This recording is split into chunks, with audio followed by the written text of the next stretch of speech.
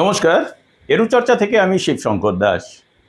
আমরা দেখেছি যে গতকাল মুকুলেশ রহমান বিশ্বাস এসএসকেএমএসকে শিক্ষক নেতৃত্ব মাননীয় শিক্ষামন্ত্রীর সঙ্গে বিকাশ ভবনে সাক্ষাতের পর একটা বার্তা দিয়েছেন এবং তিনি সেই বার্তায় অনেক কথা বলেছেন। আমি সেই কথাগুলো আলোচনা করব না, কিন্তু আমি কয়েকটা বিষয় অবশ্যই বলবো।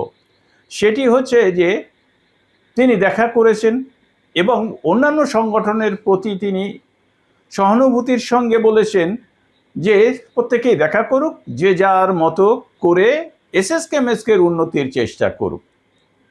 আমি এর আগে একটি ভিডিওতে বলেছিলাম যে দেখুন, অনেক সংগঠন রয়েছে, অনেক সংগঠন তাদের অ্যাঙ্গেল থেকে এসএসকেএমএসকের উন্নতির চেষ্টা করছে, কিন্তু প্রতিটি সংগঠন গিয়ে যদি বারবার আলাদা আলাদা কোনো রকম দাবি তোলে বা তাদের মতো করে যদি দাবি জানায় যে এগুলো পূরণ করতে হবে, তাহলে দেখা যাবে যে বিভিন্ন সংগঠনের দাবি আলাদা আলাদা হয়ে যাচ্ছে।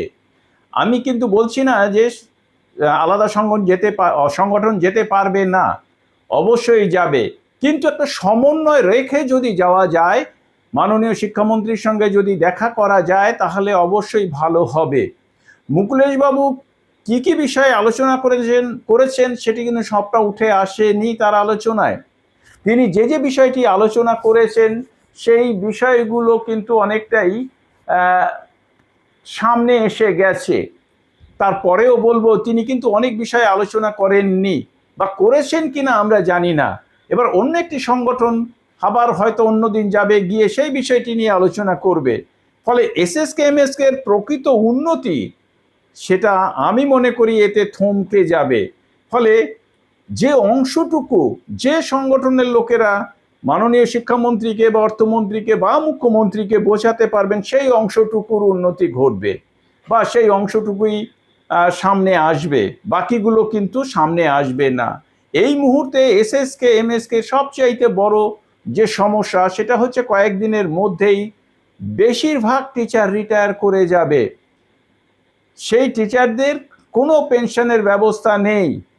যদি আলোচনায় উঠে আসতো যে একটা পেনশনের ব্যবস্থা করা হোক, যে প্রতিটি এসএসকেএমএসকে শিক্ষকের জন্য যারা ইতিমধ্যে রিটায়ার করে গেছেন বা ভবিষ্যতে যারা রিটায়ার করবেন, তাহলে কিন্তু খুব ভালো হতো।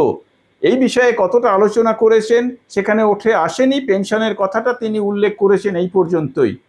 আমি অনুরোধ করব, ভবিষ্যতে যে সমস্ত সংগঠন মাননীয় শিক্ষামন্ত্রীর কাছে যাবেন, একটা সমন্বয় তৈরি করে একই রকমের দাবি নিয়ে যদি তার কাছে দেওয়া যায়, তাহলে সমস্ত সংগঠন থেকে যদি একই রকমের দাবি তার কাছে পৌঁছয়, তাহলে আমার মনে হয় তার ভেতর একটা স্ট্রাইক করবে যে না, এই কাজটা করা উচিত। একটি সংগঠন একরকম দাবি করবে, আরেকটি সংগঠন আরেক রকমের দাবি করবে, সেটা কিন্তু ভালো হবে না।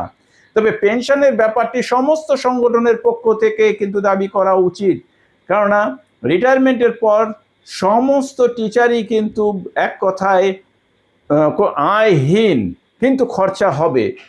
তাই বৃদ্ধ ভাতা তো সরকারের তরফ থেকে দেয়, তার সঙ্গে সামান্য কিছু যদি জুড়ে একটা পেনশন আকারে অর্থাৎ ভাতা আকারে দেয়, তাহলে কিন্তু অতীতে যারা রিটায়ার করেছে তাদের জন্য ব্যবস্থা করা, বা ভবিষ্যতে যারা রিটায়ার করবে তাদের জন্য। এর পাশাপাশি ইপিএফ নিয়ে তিনি কোনো আলোচনা করেছেন কিনা তিনি উল্লেখ করেননি।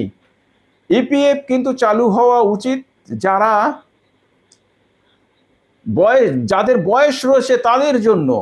অবশ্যই এই ইপিএফ নিয়ে কিছু কথা বলা উচিত ছিল, তিনি কথা বলেছেন কিনা আমরা জানি না।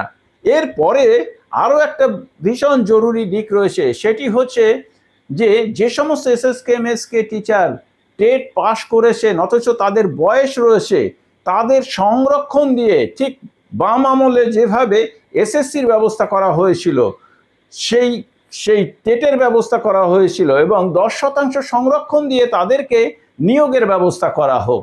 এই কথাগুলো কিন্তু তার আলোচনায় উঠে এসেছে কিনা আমরা জানি না। তবে আমি অনুরোধ করব, ভবিষ্যতে যে সমস্ত সংগঠন মাননীয় শিক্ষামন্ত্রীর কাছে দেখা করতে যাবেন, দাবি জানাতে যাবেন, তাদের যদি এই দাবিগুলো রাখতে পারেন, তাহলে আমার মনে হয় ভালো হবে।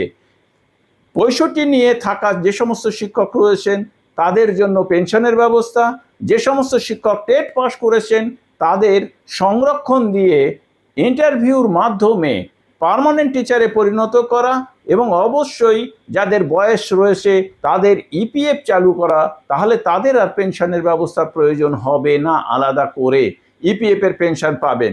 কিন্তু বেশিরভাগ টিচারই কিন্তু ইপিএফ থেকে পেনশন পাবেন না, খুব স্বল্প সংখ্যক শিক্ষক ইপিএফ থেকে পেনশন পাবেন।